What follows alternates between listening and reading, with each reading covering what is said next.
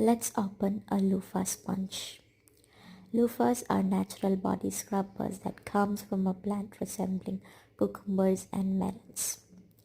They can be used in a wide variety of ranges, mainly serving its purpose as body scrubbers.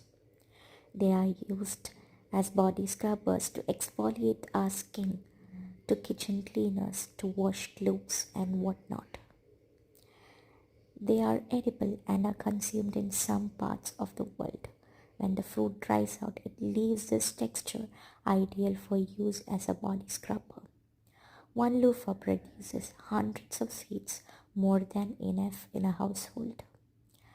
One loofah plant in a household is more than enough to produce thousands of loofahs, and it grows effortlessly.